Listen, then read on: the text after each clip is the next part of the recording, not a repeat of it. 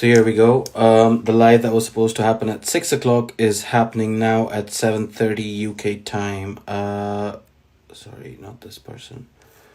Ali. Here we go. Send it. Send.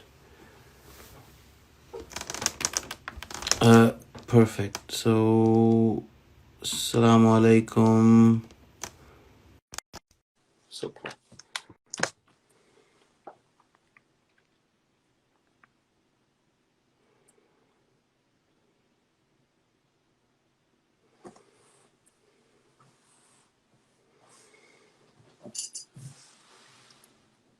So just waiting for Mr. Siri to join in.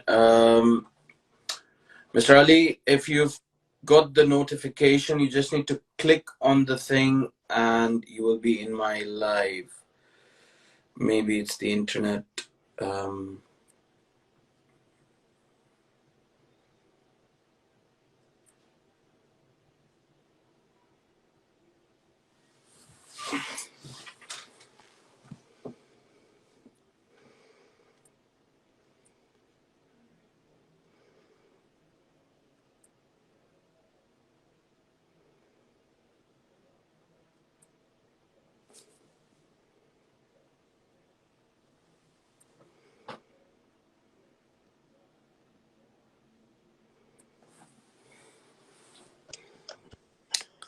Assalamu alaikum.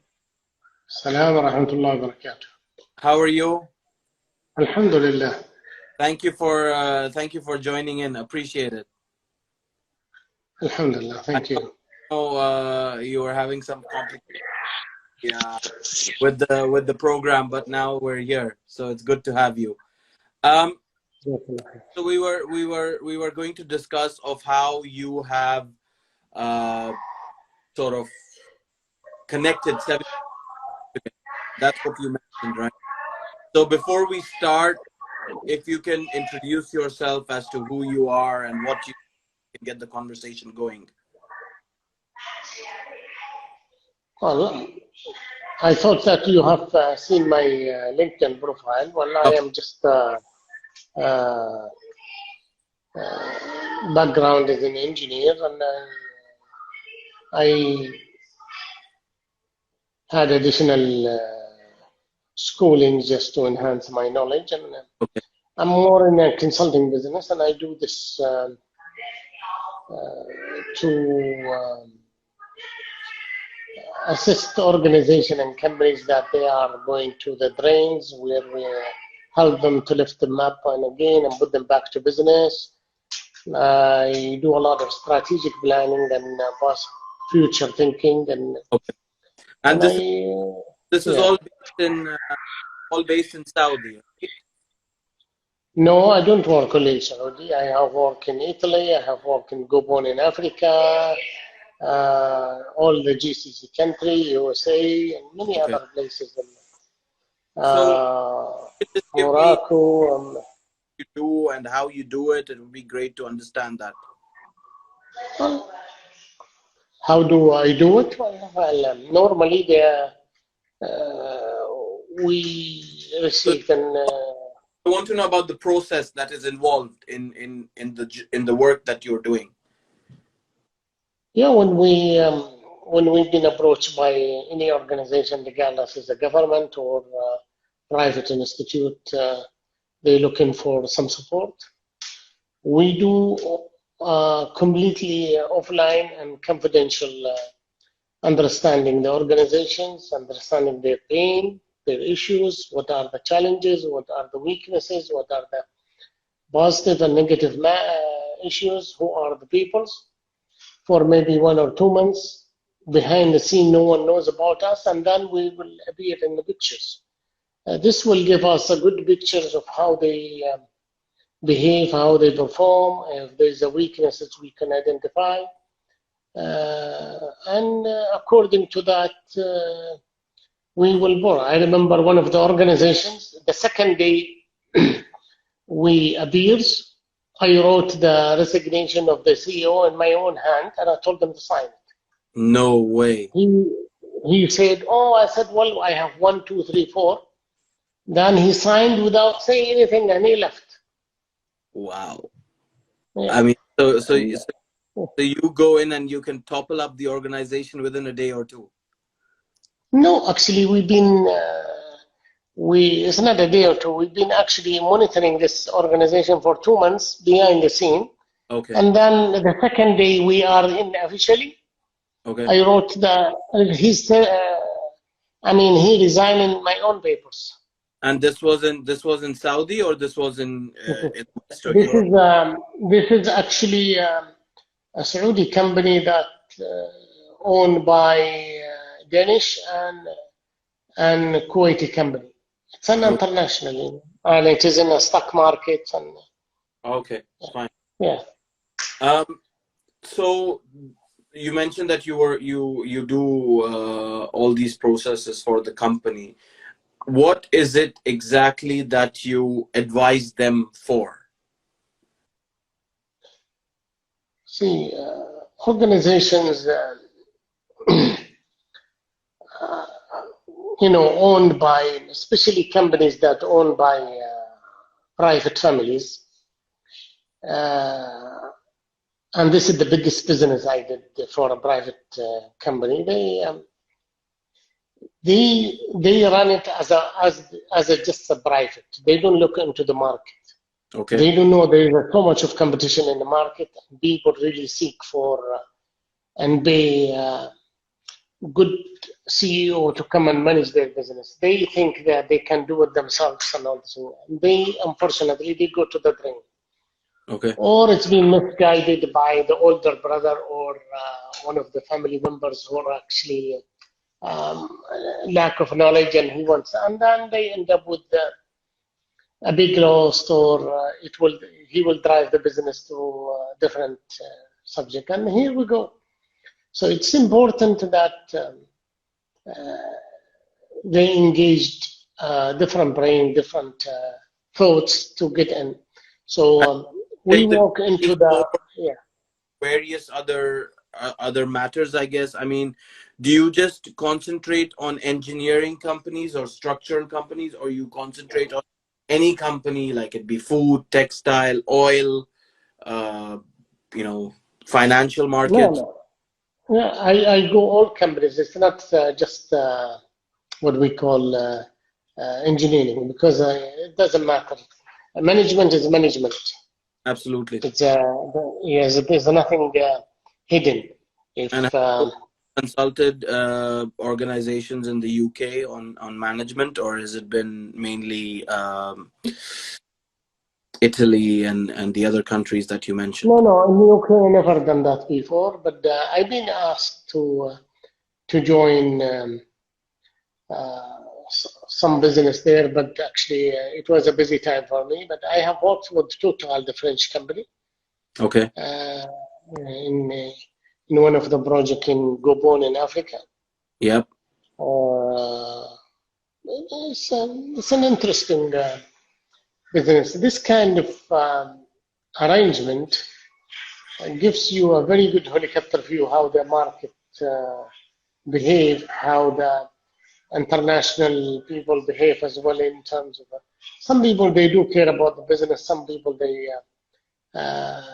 don't. It's just a matter of number they receive per month. What's your thoughts on the? Sorry, hello. Can you repeat again? What's your thoughts on the organization of the companies and the organization in the GCC or the Asia? Do you see a much bigger difference in the management or the organization itself? Yeah, I see. Honestly, the companies in the GCCs has more what we call more calculated move compared to other. Why? Because they import brains and expertise from other places, not only themselves. Indeed. Where in UK they stick with their own peoples. Indeed. And their own thoughts, or the same things in US, same things in many other places. Yeah. But you look into an organization here in Saudi, for example, or Dubai, Kuwait, or Bahrain, you find them that the staff from the top to bottom, they are multinationals. So it's a different brains, different thoughts, all put together and to end up with a system. I've also noticed that top that is controlling all these people from different cultures is always a or GCC national. So how does that dynamic sort of work? Or no, am I saying that wrong?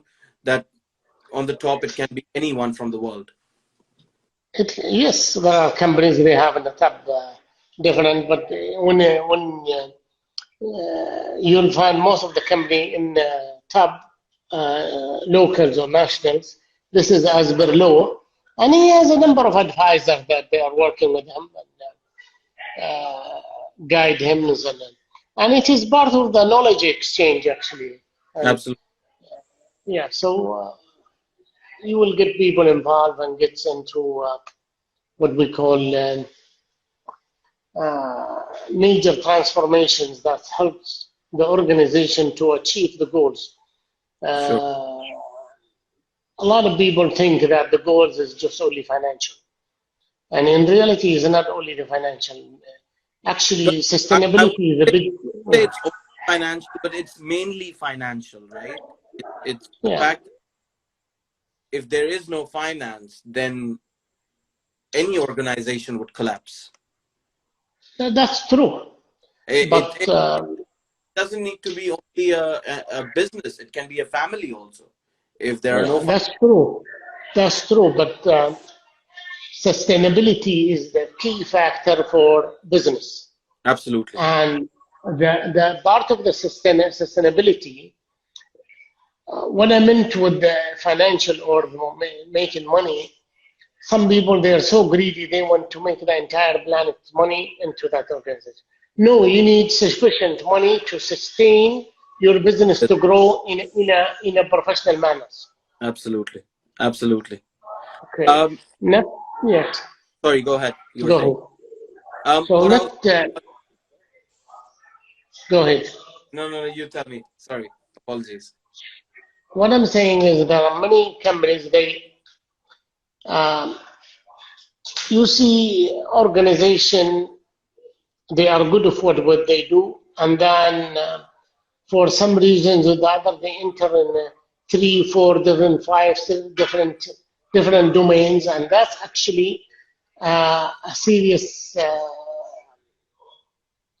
matters for them because they did not focus on the things that what they're doing. So Yep. Yep. Yep. focusing in the appropriate business that you are into, that maintain your sustainability, Yep. will not even drain your financial too. Because Ex- opening a new subject that you see that it's somewhere else as a profitable, you bring it into your house, that's not actually a 100% secure business. You may don't have the expertise, you may even be influenced by somebody else. And that's another major issues in many organizations. Then, Absolutely. uh, Um, and yeah. quick few questions that I have for you is obviously right now we are in a time where there's a lockdown, there is a big pandemic that is caused in the whole world. Countries in the GCC are, you know, are involved in it. Southeast Asia, it'd be the West, everywhere there is a whole, what do you call it? That's the whole pandemic. And people are confused, and organizations are confused, and businesses are confused. How are you? I think businesses, PGC or West or whatever, how are you advising these businesses to adapt for the future or current as well? I mean, in the current situation and the future situation, how are you advising them for their management and their organization, the people, the employees? You know, if you can shed more light on that. with this current circumstances, organization, they need to sit down and set up a what we call short-term strategic and for long-term strategic. Yeah. For the short term, they need to reduce their liabilities as much as they can. Okay. That doesn't mean they need to fire people, and that's wrong. There are many other ways they can cut costs. Yeah. Many ways they can cut costs. Can you name that you think in your mind that these things we should cut out so that companies can succeed in financial stability? Okay, let's say that, for example, this company has 25 people employed. Yeah. For example. Yeah. I can bring all the 25 people in one room and say, hey guys, this is the situation. We are not making money, and we all have to sacrifice. So, first things, we need to reduce our liabilities. Let's say, for example, they all should compromise their vacation leave. All their vacation leave will be consumed, that they registered in the system, that is being consumed, and no vacation payment or anything. So we reduce hell of a lot of burdens in the organizations. And then don't touch people's salaries at all, but you may touch some benefits. With agreeing, you need to agree in advance with them. Yep. You receive X amount of benefits, and we need to stop. We need to stop training. We need to stop. So I will cut the maximum possible cost that gets into the organizations. So let's say if a company is 100 pounds or something, like let's say 100 riyals, for example, you would bring that company's spending to maybe what, 25 or 50? You could, because that is what it should be. You should bring, because you let your operation expenses as low as possible to maintain the sustainability. Yep. In a basic living manners. Absolutely. And then also the same team, they need to monitor the markets. And now, what is the markets? And the market in this disaster, yes, we are actually in certain business, but now our certain business is not functional due to this lockout. Yep. A lockdown situation. Yep. But what can we do to make money during this crisis? And what do you think? If the world, yeah. Can you repeat again? I did not hear your voice. I mentioned how do you think the best way possible is to make money? A few of those 25 people who are strategical thinking, they need to sit down and then think of a list of business line that don't make money. And then on the other side, we list of things of items and businesses that makes money. And then focus on them. Focus on one or two of them. You're 100% right. And according to that, we will achieve our objectives, because at the end, if we don't do this, this company will be closed. So those 25 people, they will put all their effort to make it happen. Because, see, it's very important that the senior management, that organization, bring all those people in one, under one ceiling and talk and be absolutely transparent. Hey guys, this is what we have and this is the situation. And we need to have complete what we call transparency, and then we need to have an open dialogue with all the members in order to sustain our operation and then lift up. The more we go, That's good. Before we wrap up this conversation, what I want to ask you is, there are a lot of youngsters out here today, people who are into that negativity. I'm not just talking business owners, employees, families, kids, youngsters, teenagers. All these people are going through a lot of negativity in their time right now. Nothing that has ever been seen before by generations. The last thing that they probably must have seen is World War II, something like a major bomb. Uh, what advice would you give them in terms for them to stay positive during these hard times?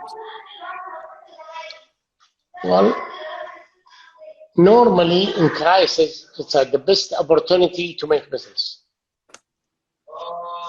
Our young people today, unfortunately, their mind is being completely hijacked and diverted to something else. Yeah, If they are seriously, they are looking to enhance their life, they need to think out of the box. There are many ways of them. The minimum things he could do, he can go and join one of those organizations and be their support, even for free of charge. At least he will secure maybe uh, accommodation and food and shelters. you won't believe it. You won't believe it, Mr. Ali. Two people have contacted me already saying that when I would like to come and work for you, even if it's free, just to get that experience. And You and see, that you one. see the exact Another thing that, another things that, so what if I can go and, yes, I have a degree, I have it, but the situation makes it, it's out of my control. So I will go and work even in a very labor intensive business. At least I make something that sustain my life for a while till then. By absolutely. doing this, I gain how to they set up blocks on the road or cleaning, even road cleaning. So what? And then I There's no harm, and there's no there's no shame of half. There's no shame of doing this. absolutely. I during college, I remember I worked in a college restaurant. I was dishes for 2 years, There you go. and I'm very You proud of have to, that. Yeah. if you got to do it, you got to do it, and you have to support yourself. You have to support your family, and I think if you're willing to do that, then anything's possible. And like you said, there's no shame in it. There's no So shame. I also work in a gas station for about 8 months in wow, a graveyard shift. I work in the gas stations. wow. So what? And And actually, I learn a lot. same like Yeah. when I was at university over here, I used to go and deliver post in London. You know, in Oh, certain areas, just go and deliver post. But it's been great to have you and discuss what you do and how you advise organizations up in GCC and in the West. It would be good to possibly speak to you again, and maybe you can give some advice after seeing my company of how to organize and discuss about the way I manage things in my organization. It'd be good to know. It would be good to have some pieces of advice on that. that will be a pleasure. And actually, I do a And lot of lecturings here and there from time to time, and when are you especially for young people. in London next? Well, I'm not sure with this lockdown situation, but in the next 50 years, maybe or so. All right. Thank you, Mr. Ali, Uh, for Thank me. you. Appreciate your time, and Yeah. it's a pleasure talking to you. All right, brother. Thank you. Take care and all the best. Assalamu Masalam. alaikum. Walaikum salam.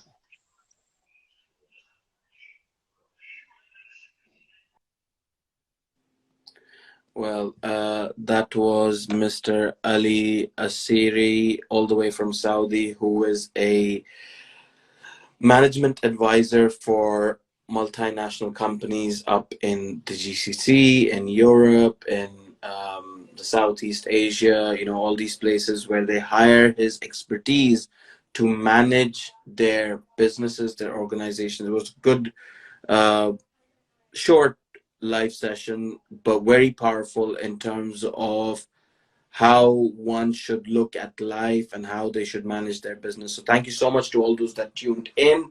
I've got a live session later on at 9:40 p.m. So do check it out with one of the business coaching world's pioneer, life coach, business coach, everything.